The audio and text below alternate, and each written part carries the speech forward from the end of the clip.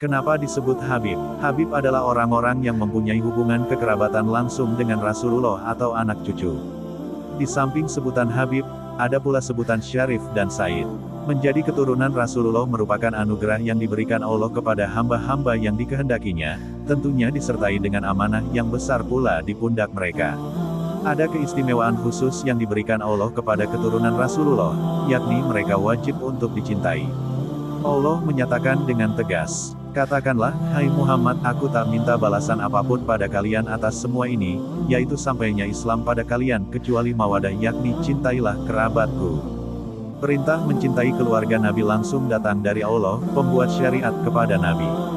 Tidak ada pilihan lain selain patuh kepada Allah dan Rasul-Nya. Tidaklah sepantasnya bagi mukmin dan mukminah apabila Allah dan Rasul-Nya telah menetapkan satu perkara, kemudian mereka masih menawar.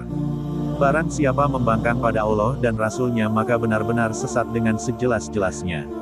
Adilkah bila Allah menyuruh kita secara khusus mencintai anak cucu Nabi? Sangat adil. Tanpa Nabi Muhammad kita tak akan jadi orang Islam. Semua adalah buah kegigihan dakwah Rasulullah. Mensifati Allah dengan ketidakadilan adalah sesuatu yang mustahil. Ada pepatah, ada gula, ada semut. Ada yang mendapat karunia, tentu saja ada yang hasut. Orang-orang yang hasut senantiasa berupaya menghilangkan jejak yang ditinggalkan Rasulullah dengan berbagai cara. Pertama, dengan mengatakan bahwa Rasulullah tidak mempunyai keturunan abtar karena tak seorang pun anak laki-laki yang dimiliki Rasulullah hingga dewasa dan memberikan cucu untuknya. Peristiwa ini sudah terjadi sejak Rasulullah masih hidup. Allah langsung membantah anggapan abtar ini dengan ayat, "Berhentikah para penghina Nabi dengan ayat Allah tersebut?" Ternyata tidak. Mereka berkata, Muhammad hanya mempunyai anak perempuan. Dengan demikian putuslah keturunannya. Benarkah demikian? Ternyata tidak. Justru Sayyidah Fatimah merupakan sebuah pengecualian istimewa. Bila manusia pada umumnya nasab adalah dari garis keturunan laki-laki, anak cucu Nabi nasabnya bersambung dengan Fatimah. Dengan tegas Nabi bersabda, "Tiap-tiap nasab dan sebab persaudaraan karena hubungan nikah, akan terputus kecuali sebabku dan nasabku." Kedua, upaya pembantaian anak cucu Nabi yang terjadi di Karbala, Irak. Untuk kesekian kalinya Allah menyelamatkan anak cucu Nabi. Lagi-lagi, doa Nabi bahwa nasabnya tak akan terputus terbukti. Ketiga, mencoba menuduh anak cucu Nabi sebagai mudai atau cuma ngaku-ngaku, padahal bukan. Upaya ini kita saksikan hingga hari ini.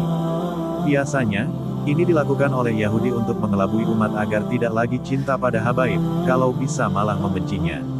Upaya-upaya mereka dapat kita amati dengan jelas, misalnya dengan mengadu domba antara sesama habaib. Nasihat Habib asli kepada Habib palsu. Habib asli antara lain, Fulan, Fulan, dan seterusnya. Tak mempan. Jalankan rencana B. Semua Habib-Habib itu kalau dites, DNA-nya gak akan sama. Sampai di sini kedok mereka mulai terbongkar. Antara satu ucapan dengan ucapan lain saling berbenturan. Tadi mereka bilang Habib asli, apa sudah melakukan tes DNA? Yang mereka vonis sebagai Habib palsu, apa mereka juga sudah tes DNA dan menyatakan DNA mereka tidak sama? Walhasil, masalahnya bukan terletak dalam tes DNA atau tidak. Habaib yang sekarang hidup di Indonesia, rata-rata adalah keturunan ke-36, 37 atau ke-38 Rasulullah. Mungkinkah melacak DNA mereka satu demi satu hingga Rasulullah? Boleh dibilang wacana tes DNA adalah mengada-ada, karena mereka yang berkoar-koar palsu tak punya secarik pun kertas hasil tes DNA.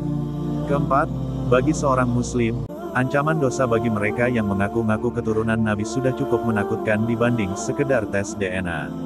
Kalaupun ada orang tertipu karena memuliakan Habib yang ternyata palsu, itu pun sama sekali tidak masalah. Allah Maha mengetahui bahwa dalam hatinya, orang tersebut berniat menghormati keluarga Nabi. Yang menipu tetap mendapat dosa, yang tertipu, tetap mendapat pahala. Kelima, upaya memanfaatkan sisi kekurangan orang untuk menjatuhkan nasab. Ada seorang pendusta, gelarnya Ustadz, berkata, kalau memang dia anak cucu Nabi, ya harus persis sama Nabi dong. Kalau tidak berarti dia cuma ngaku-ngaku. Pernyataan ini seakan-akan benar, namun terselip banyak kedustaan di dalamnya. Tak ada satupun rumus yang menyatakan cucu sama dengan kakek, kakek sama dengan buyut. Ketidaksamaan cucu dengan kakek itu hal lumrah. Anak belum tentu sama dengan bapak. Keenam, Habib, sekalipun mereka cucu Nabi, adalah manusia biasa. bukan malaikat yang tanpa dosa. Tidak masum. Dalam hukum, Allah tak pandang bulu. Salah tetap salah. Membuat rumus bahwa Habib tidak boleh salah jelas keliru. Tidak lantas karena berbuat kesalahan kemudian nasab mereka menguap dan kemudian berintisab pada orang lain. Ketujuh, sikap muslim pada muslim lainnya adalah saling mengingatkan. Tak ada salahnya kita mengingatkan seorang Habib. Namun perlu diingat mencintai mereka tetap menjadi kewajiban. Yang terakhir, ingatlah bahwa Nabi Muhammad saat pernikahan Fatimah dengan Ali, beliau berdoa, "Ya Allah berkahilah keduanya dan keluarkan dari mereka keturunan yang banyak dan baik." Doa Nabi tak akan tertolak, keturunan Nabi sekalipun dulu tinggal Ali Zainal Abidin, ternyata menjadi banyak.